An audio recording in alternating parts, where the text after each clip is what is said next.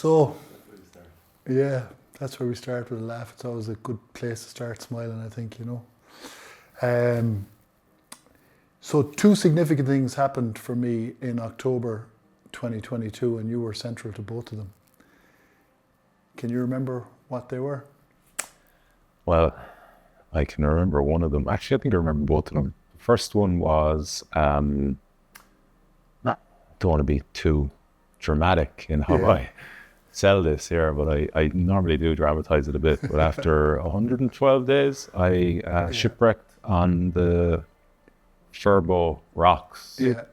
After rowing from New York. Yeah, ship is a bit grandiose. It's kind of a boat wreck as opposed to a shipwreck. Well, that's true. Yeah. And you were the second person I rang from the rocks, as my legs didn't work, and the shoes I was wearing, the sea shoes or water shoes, had torn off as I crawled across the rocks, and I had taken 2 phones, my phone, an American phone, and a thing called a broadband satellite uplink, a thing I'd use to send files, like video files and that, from the ocean. And the 2 phones didn't work, so I had no credit on the Irish one, no service on the American one. So I cracked open the satellite uplink thing and rang you, and I said, it was 1 o'clock in the morning or midnight, yeah. And I said, have you got a high-powered torch and a pair of old trainers, because you need to come and get me? So I'd say that was one of them, was it? That was definitely one of them. That was definitely one of them, yes, well remembered. I'll give you a hint for the second one. It involves what looked like a very dodgy chicken burger after you took your first bite. I thought you were going to choke. Yeah, still nothing. Yeah, I don't know. I think I remember it, but that actually isn't. That isn't the thing that flags for you. the memory.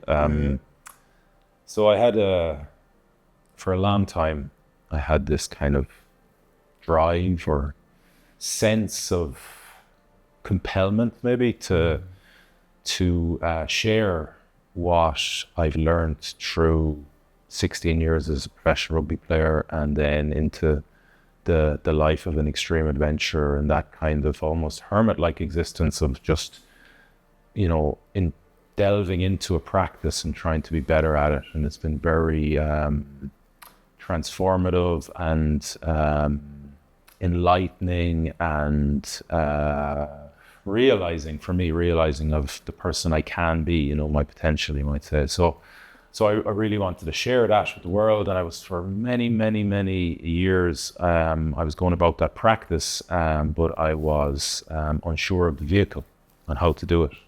So I'm not sure if it was the 112 days on the boat that finally kind of solidified what that is for me, but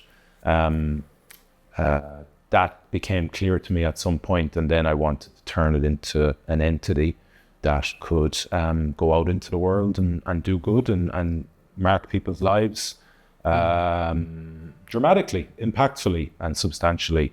So, you and I are friends for a long time, and you were somebody I trust wholeheartedly, and with that, we worked together, obviously, with Project Empower and the Row and all that. So.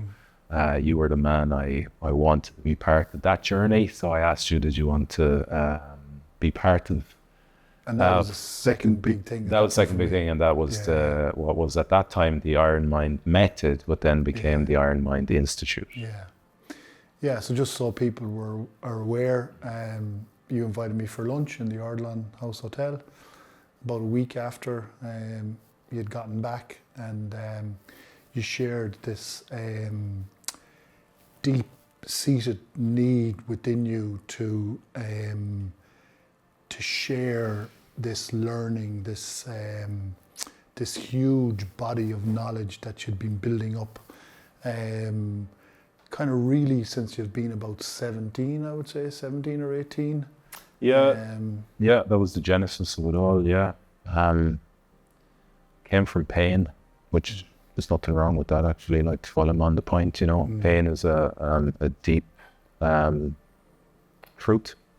So, I was coming off the back of a school's rugby season with the Bish, and rugby was like my existence ever since the 95 World Cup. Well, ever since I was 11 and getting kicked in the face, actually trying to make a tackle in my very first rugby game.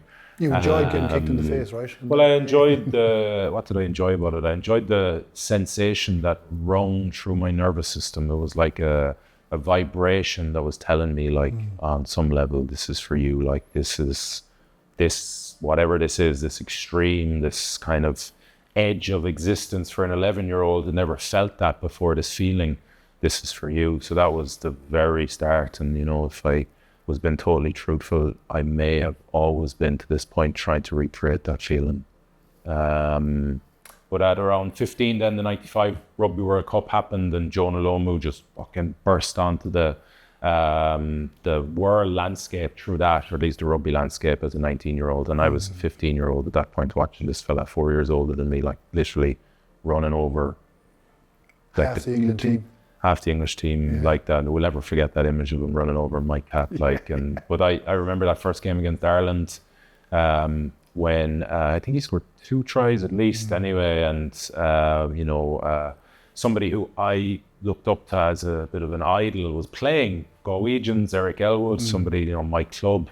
So I knew, right, and then you see this kind of 19-year-old running over people who you have absolute admiration and, sit in this idealistic kind of position for you, and you're like, what the fuck, that guy's 4 years older than me, and look what he's doing to these people. And there's a guy from Merview playing against him. Yeah, exactly. So so that was, my kind of ignition of where rugby sat for me. And I just loved the sport, I loved the physicality of it, and I loved the primalness of it. So coming off the school's rugby season, not having played a game for my school, like, that really hurt. Like, that was... Why you're like 6'3", welcome, but... Well, that was it, like, because I saw it through... firstly, I experienced that through my own eyes, so disappointment and embarrassment, because I should have been doing so much better, but I wasn't, because I hadn't played a minute of the game, and that kind of morphed, right, those feelings, because then I saw it through somebody else's eyes. Can't remember exactly the psychological or emotional process, but and then those feelings of like disappointment and embarrassment turned to shame, like, but somehow I was able to kind of, direct those really challenging and dark emotions, particularly for an immature mind, into a positive decision. And, I asked myself a question upon living in those feelings. Well, what are you going to do about it? What are you going to do about it? And it's still a question I ask myself to this day, when faced with resistance or a negative emotion that is hanging around a little bit. But back then, what I knew was, well, you're unfit. That's why you haven't played any games. You're heavily overweight. So what are you going to do about it? Didn't know much. It's not like today where, you have the end of your hand. You have all the answers to every question in the world, basically, or at least all the information in the world. So all I knew was like, well, last year we used to run laps, and the year before with the under, 415s, we used to run laps. So I'll just go up and start running laps. So that was the very start of this journey as a 17-year-old, walking up to Galwegians RFC, one manky, wet, dark, west of Ireland, April night, 11:30 at night, 14 layers on, kind of ashamed to be seen by anyone, but driven to do the work. And I just started running laps, and I was, to put a very clear picture on how unfit I was, I ran 2.5 laps, and I just didn't have the capacities, physical or mental, to continue any further. However, I had a deep emotional drive to come back the next night, and the next night, and the next night, and every night for 30 nights I ran around that pitch. And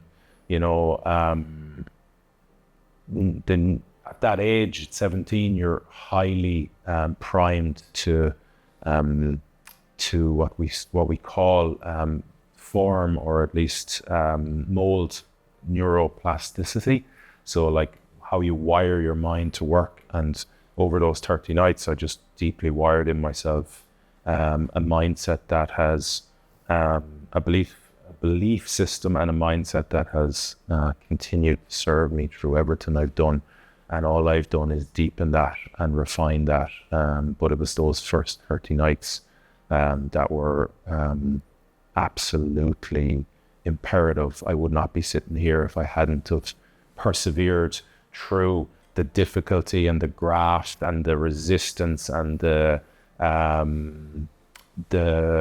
discomfort of those 30 nights, you know, like, because I was, you know, probably roughly 125 kilos, you know, every step of those laps was a step of resistance and discomfort. So I had to fight every night, and every night I was going a bit further and further. So that's laid the foundations that I've just built on and built on and built on to this moment where, you know, going from a 17-year-old who can't run 2.5 laps or can only run 2.5 laps around the rugby pitch to somebody who can row 3,000 kilometers across one of the most unforgiving passages of ocean on the planet. And it all started those nights as a 17-year-old. So back then as a 17-year-old, as you said, you just knew to run. You didn't know anything else. You just, that's what you did. And then in the following years, you get, you know, exposed to professional sporting environments. Your interest and your appetite for learning is deepened hugely. You start studying, you know, what are the practices and the processes and the methodologies that you need to adopt in order to survive in one of the toughest environments on earth, really. You know, the French top 14, the English Premiership, winning Heineken Cup with Leinster, etc.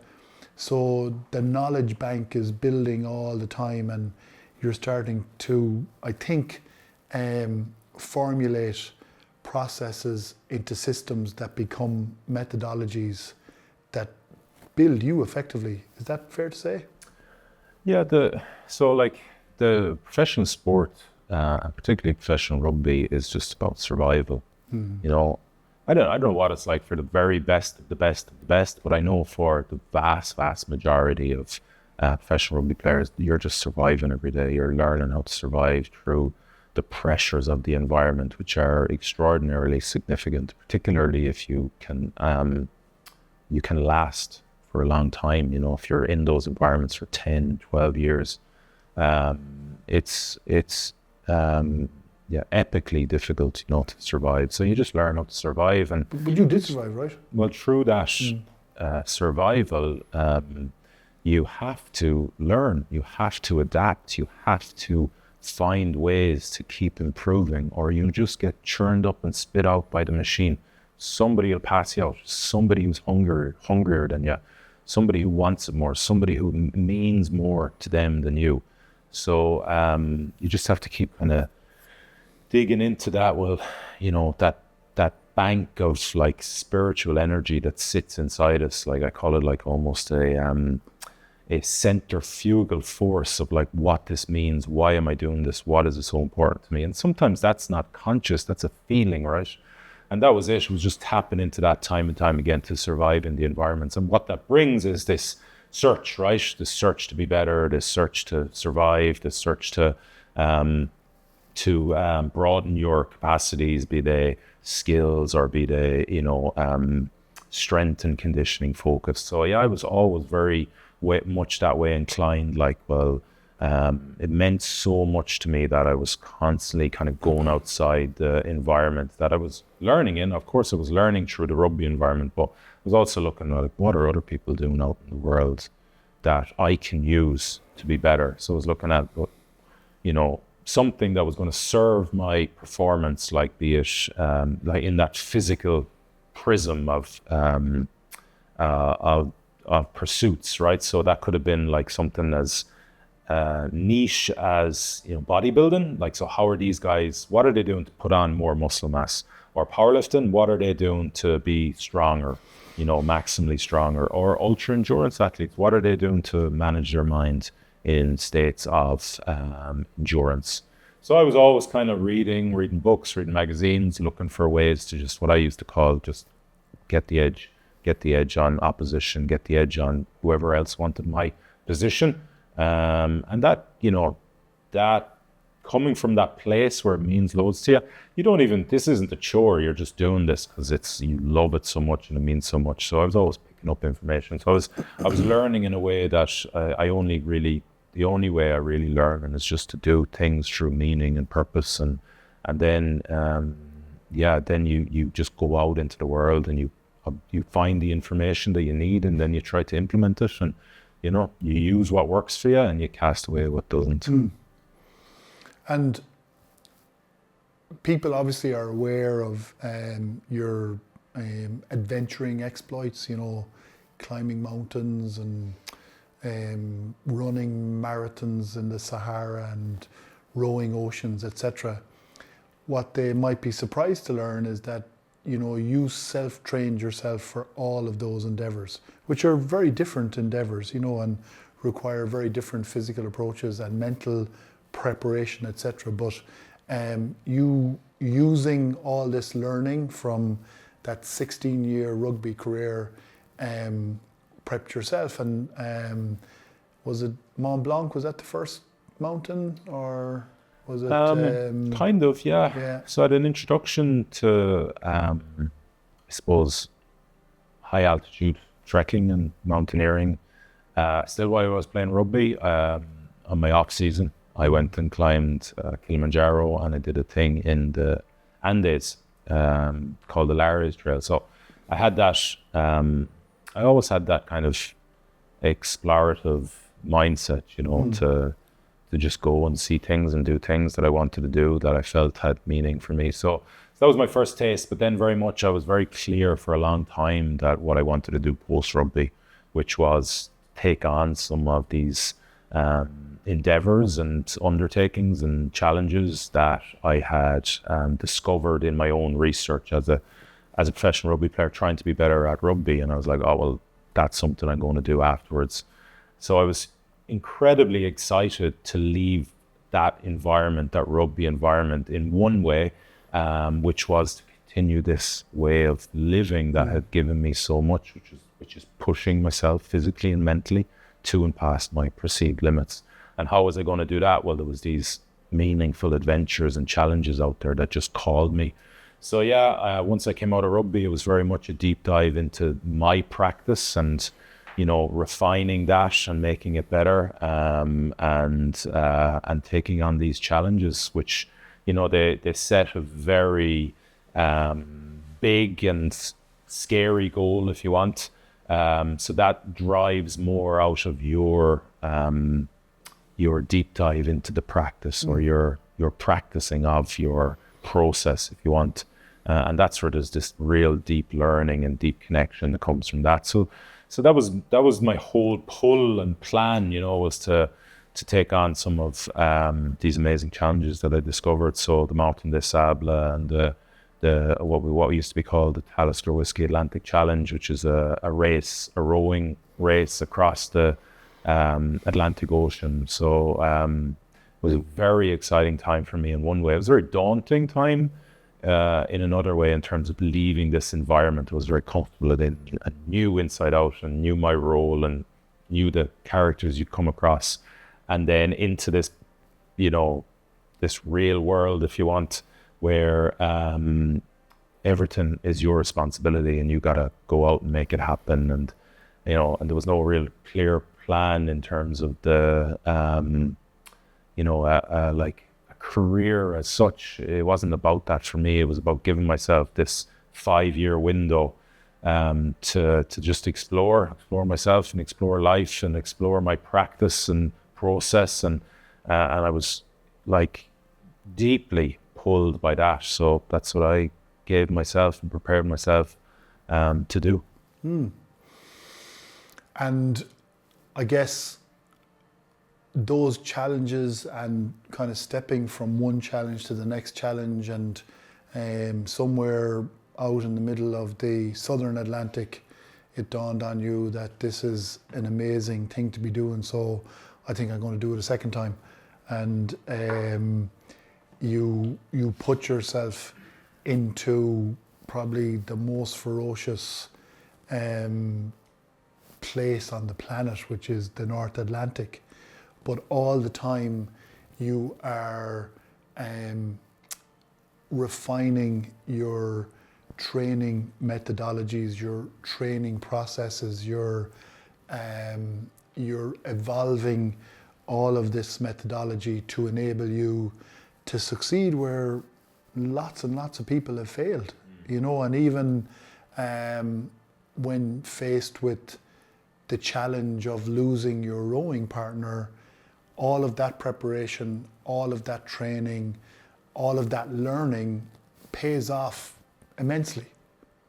And it brings you to a place somewhere in the middle of the North Atlantic where the vision crystallizes, if that's fair to say. So what was the vision when it all sort of came together for you? What did that vision look like?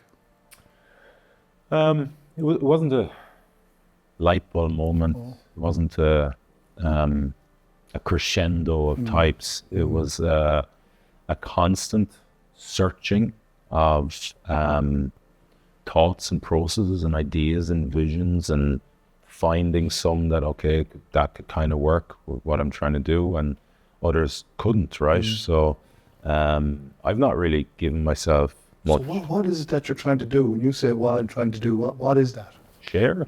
So, I mean, the simplest thing is to share information and methods and ways of thinking and acting and being that can give somebody a path to realizing their potential and an experience of peace internally and deep connection with themselves, their authentic self, and a wholehearted way of living life, living courageously, being somebody who is self-governing in how they approach and take on and strive in life.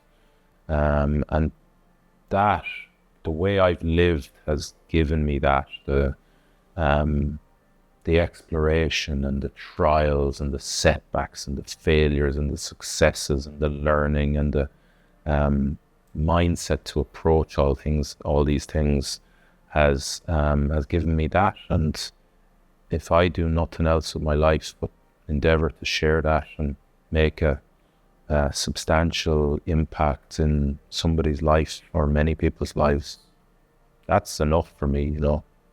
That's what I'm trying to do. That's what I'm trying to do with the Ironmind Institute.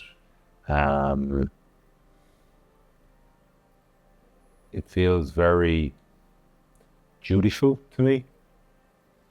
You know, I wouldn't be doing anything. I don't want to do anything else. You know, I'm doing exactly what I want to do.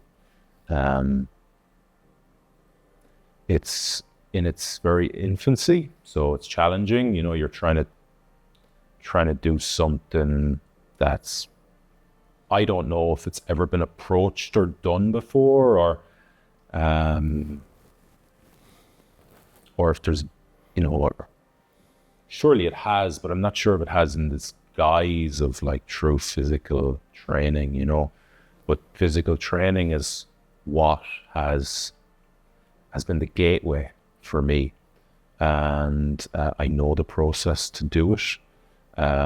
So here we are trying to kind of put it out into the world and share it, and to get people involved in the methods and the practices and the processes and linking into them, and, you know, hopefully having that impact where, you know, you're giving somebody something incredibly deep and rewarding and substantial, and something that opens up their life, like frees them from the traps, the rules and the kind of curtailment of the society we built.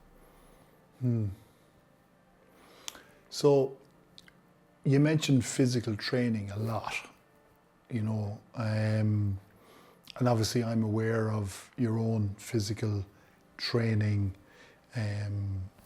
programs, how those programs are broken down into cycles, but the cornerstone of these processes, these systems that enable this fuller life is that physical training. And you've coined the phrase body first methodology.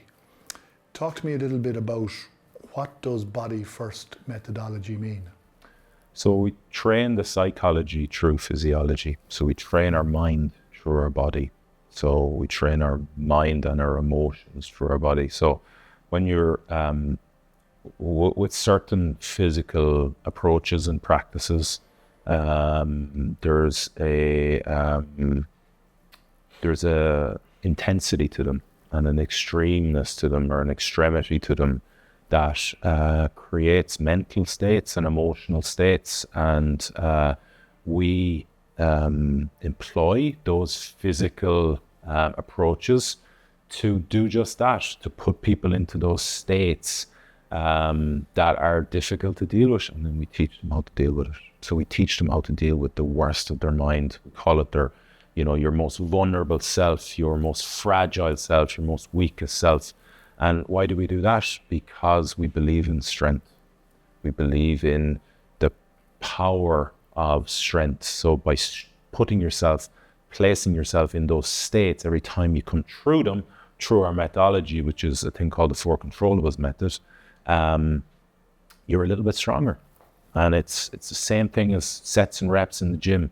You go to the gym, you load up a certain intensity, you do a certain number of sets and reps, and you get stronger. It's the same thing with your mind. We are opening up those, exposing people to those windows, teaching them how to deal with their mind in those states, and they're getting a bit stronger mentally and emotionally, getting a little bit more aware. The foundation of everything we do is self-awareness. So, we're trying to build a capability and a capacity mentally and emotionally to control our mind in certain states. So before control comes awareness. So before you can regather control, mental control, you have to be aware of what your experience. And as far as I'm concerned, to navigate life well, the key attribute a human needs is self-awareness. So what we're doing through the Body First method, at its very deepest part, is strengthening your connection with self-awareness. And that's the thing that, as I said, you can lead into life a little bit better every time, the more aware you become. And is that what sets Ironmind Institute apart, Damien, do you think? Is that the differentiator? Is that what, puts us in a place where we're operating in a sphere and we're delivering in a sphere that, as you said earlier, we're not sure, and to the best of our knowledge, has ever been done before? That's a great question. And I say it's a great question because, I don't know. I don't know. I don't go looking to see what other people are doing in this sphere. I just know what I want to do, and I'm totally focused on that, right? I'm well, how do we make this better? How can it be more impactful?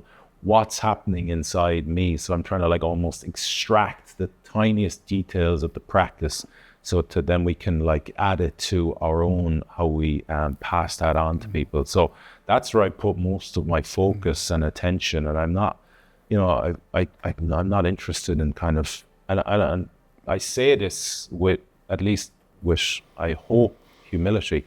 I'm not interested in what anyone else is doing out there in this sphere. I know what we want to do. I know what we want to achieve. I know the vision we have. I know the mission.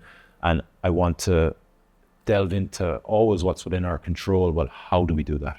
How do we make it a bit better? So that's where I kind of put my energy and effort and focus. And, if other people are out there doing something similar, great. I'm sure we'll kind of rub shoulders at some point in the future. But yeah, you know, we have enough on our plate, don't we? To be dealing with. But the key thing here is that you know it works, right? Because you were the 17-year-old who couldn't get selected on a school senior cup team. And you're now the 44-year-old who has won a Heineken Cup, who has climbed some of the highest peaks on the planet, who has ran marathons in the Sahara Desert consecutively back to back and are going to do it again, and rode oceans. So you know it works. You're living proof that the Ironmind methodology and the Ironmind processes and programs deliver. You know, you're walking proof of that. It works. I think that's where the compulsion comes from, right? That deep, like, drive and duty and energy to share it. Because I think it was Louis Simmons had a quote. He said, a samurai, I'm going to paraphrase this, but like it's something along the lines of the samurai, his duty is to share his practices and his craft and his skills as he goes through life. And a Ronin is to keep it to himself. A Ronin is somebody who has all the same skills or a certain level of skills, but they are solitary and they keep that to themselves. And he said, don't be a Ronin, you know. And he's somebody actually I really looked to in this journey through his West Side Barbell, and the conjugate method is something I use in my own training, and I just thought like the guy was a genius, you know, in terms of what he discovered just through his own trial and error and training. So so that quote, when I read it, really resonated with me. Don't be a Ronin, like, and yeah, so that was the whole thing. Like I knew I had discovered, it felt like I had discovered something really powerful in terms of how, you know, how to approach life and what it gives you in terms of how you act and how you think and how you are in every moment. And that feeling was the energy that really pushed me towards kind of focusing on bringing it to the world and finding a vehicle to do that. That could be an enterprise, like that could, you know, also support other people in their lives, you know. So it could be something that could bring people into it and give them something positive in their lives. Like I'm talking as simple as a wage, you know.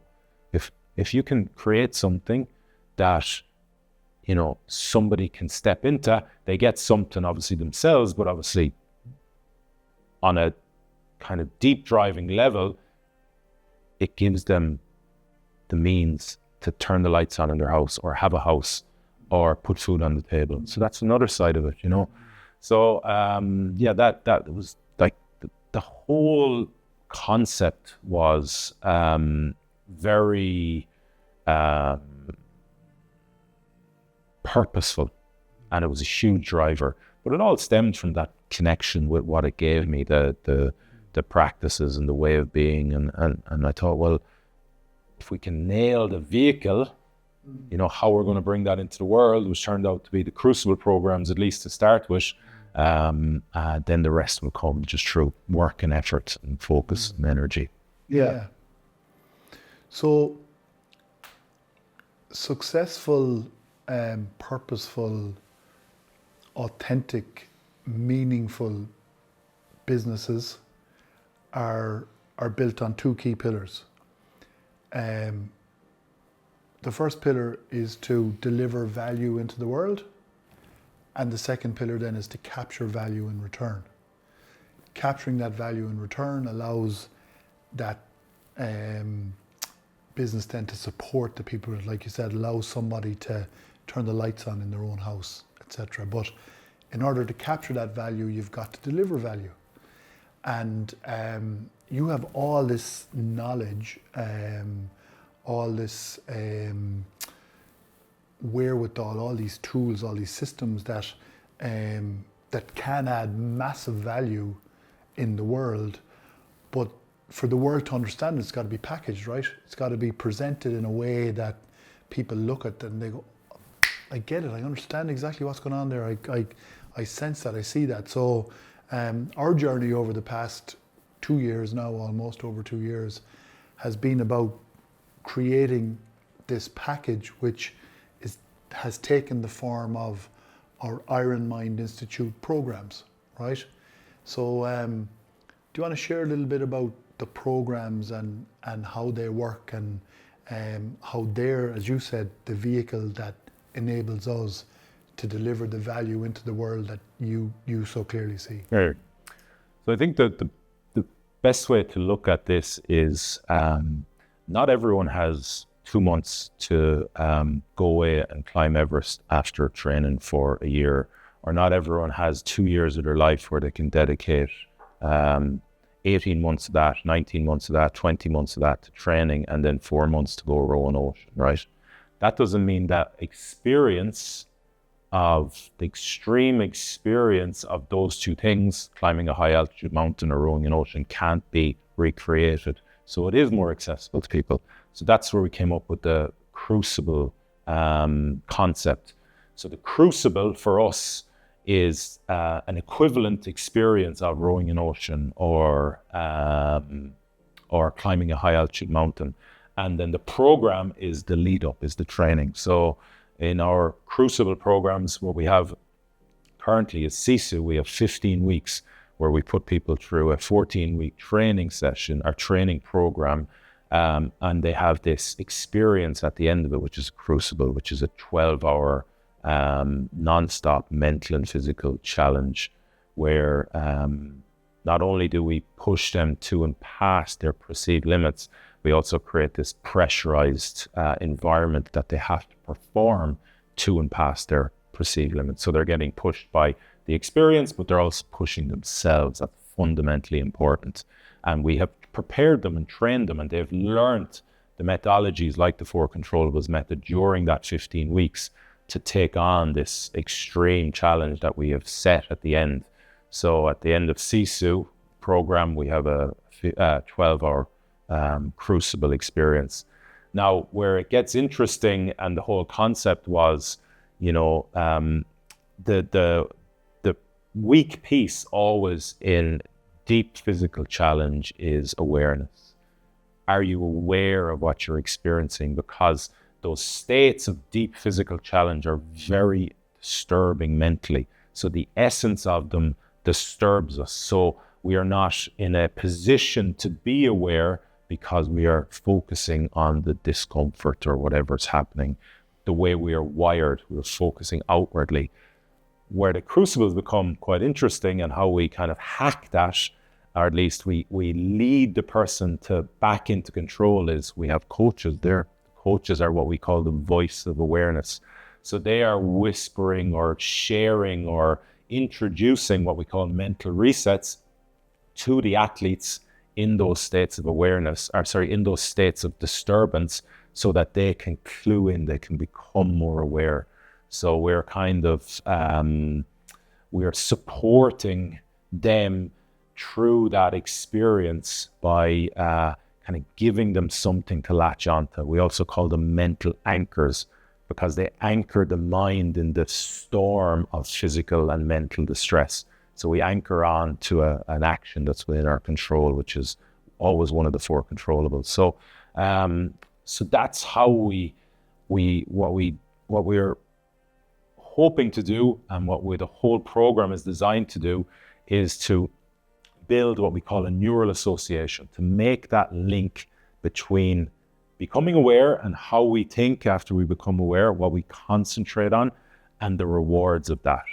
And then what it is, once we've made that link, then it's something we can strengthen. It's an electrical impulse between 2 nerve endings that we can strengthen just through repetition. Also, the emotion is important that's involved there, but just through repetition, and we're making that connection. We're getting stronger and stronger at that link between the action and the reward. And that's the thing that drives us back. when, you know, we don't want to train, which, you know, when you train and you approach things like we do, there's often resistance involved, but it's that having made that deep connection, that neural connection, it's the thing that'll bring you back, because you have an association, a strengthened association between the action and the reward. So that's how we create this experience through our Crucible program. So we ready the people, we train them physically, mentally, and emotionally. We train them up over 15 weeks, while they're also having challenging experiences, to build up to this big experience. It's like the equivalent, or at least it's like the equivalent of an ocean row, or the equivalent of go and climb a high altitude mountain around the world. So they can have that deep kind of experience where they have to push into self-doubt and push out of it. But they're supported, at least through it, through the coaches, sharing what we call the psychological organization that they should have. So it's a supported, practiced, repetitive, facilitated, iterative process. Do you like that? Did you? Very good. Yeah. From day one right through to the end of the 15th week, when they complete this long form physical endeavor experience that they don't know what they're coming into, other than that it's 12 hours, right?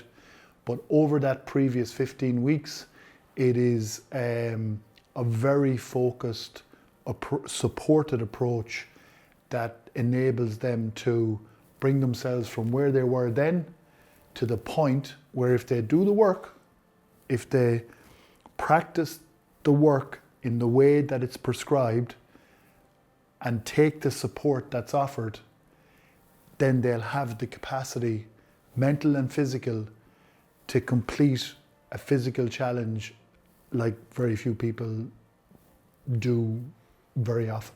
Is that fair to say? Yeah. So the 15 weeks is a totally focused physical training program and aligned mental and emotional training program. So they're one thing really, but they happen just in a physical program that is like building up the capabilities and capacities physically, mentally, and emotionally to take on this big, scary challenge, right? At least to position the participant of the program to be in optimal physical, mental, emotional state to take on the big thing. What happens in the big thing is you should have and will have the capacities to survive it, but that doesn't mean that you're not going to go into states of negativity, states of doubt. In fact, we want that, because that's when you get to practice the method that is going to strengthen that mental and physical side. So we've all gone through experiences that have been overwhelmingly doubtful, where we were questioning, do I have what it takes to get through this? Fast forward, and you've gotten through it, and you look back, go, you know, that feeling that you have is like transformative, like you've expanded your own capacities to get through something incredibly difficult. So you raise the levels of self-belief you have, you raise the levels of self-respect you have, you raise your levels of worth that you have coursing through you, because you've seen the worst of yourself and you've gotten through it, you've found a way through it. So that's a big essence piece of the controllable, the crucible experience. We're not afraid of, like, they feel terrible, right? Those states. But we're not afraid of deep doubt. We're not afraid of weakness, because we've trained for that. We've exposed the participants during the 15 weeks to smaller levels of that. It's the same psychological process, no matter if it's deeper. It's just that awareness piece is really important. So They mightn't become aware in the crucible because of the depth of the experience, but the coaches are there constantly relaying the psychological process that we want the athletes to have so that they latch onto that, think a certain way, that it changes their experience of what they're experiencing and they're able to persevere and move on. So we have our crucible experience, which culminates in this amazing physical challenge, supported, but that is the culmination of that 15 weeks of incredible work that delivers the athlete, the participant, to a space that is hopefully beyond their potential when they commenced the program.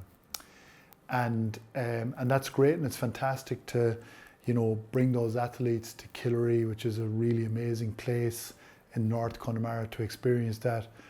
But the methodologies also work for preparing for other adventures and other endeavours, maybe known endeavours around the world.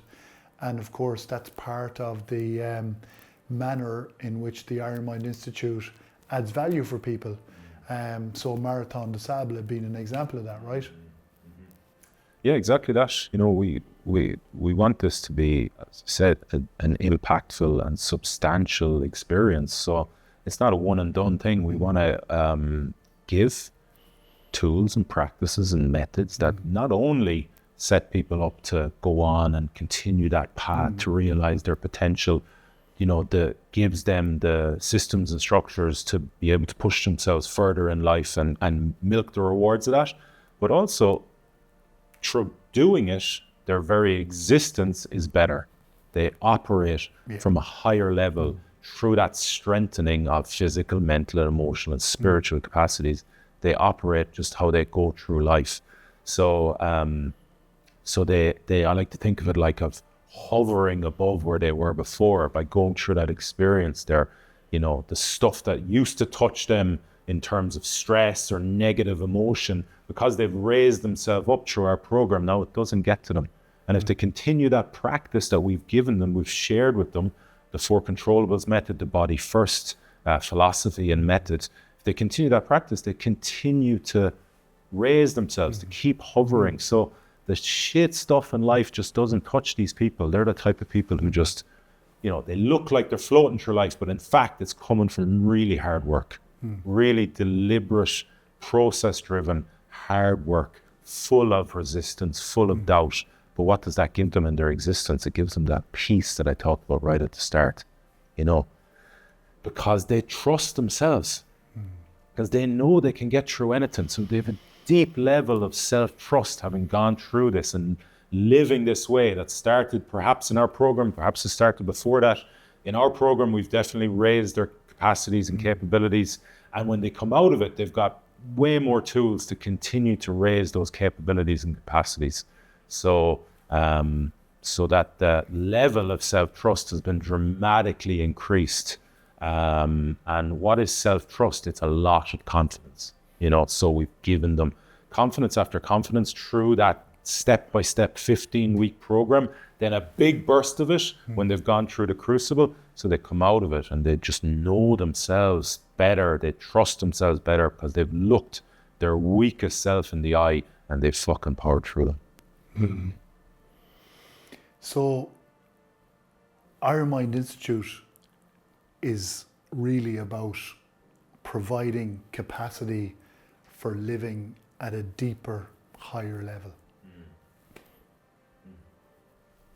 Simple as that. Yeah, I mean, that's, if I think of my, it's stemming from my journey, right? And it's an unfair comparison, but let's do it. 17 to 44. Where I am at 44 was not even on a radar for where I, when I was looking about at 17, but how have I got there? It's just through that constant mindset to challenge myself physically and mentally and what that brings emotionally and spiritually. So the Crucible experience is just a very kind of condensed miniature version of that will bring the same rewards, and it'll enable somebody through the learning experience to continue to delve into that practice and the tools and the methods to continue to bring the rewards. So it leads them and positions them clearly through their own eyes, a clear look at what they're capable of, and then it gives them the tools to, after we're finished with them, to go and continue that path.